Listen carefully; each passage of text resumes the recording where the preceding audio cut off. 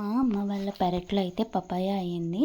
మా మిన్నమ్మ వస్తే అది తీస్తుందని చెప్పి మా అమ్మ అయితే తీయలేదు. దాని చేతులతోనే తీయించింది. మా మిన్నమ్మ చాలా చాలా హ్యాపీగా ఫీల్ అయ్యింది. అదైతే ఫుల్ ఎక్సైట్ అయితే ఫీల్ అయింది.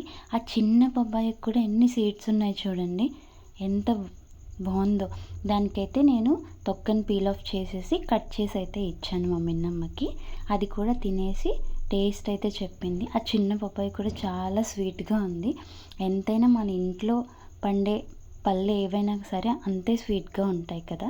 అండ్ ఇప్పుడు జనరేషన్ పిల్లలకి అలాంటి చిన్న చిన్న ఆనందాలు తెలియవు కదా. సో అందుకోసమని మా అమ్మ దాని చేతులతో అదే తీయాలని చెప్పి పపాయనైతే ఉంచింది. మా మిన్నమ్మ కూడా చాలా ఎక్సైట్ ఫీల్ అయ్యింది.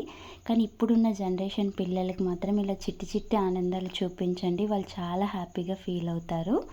వీడియో నచ్చినట్లయితే కామెంట్ చేయడం మర్చిపోవద్దు.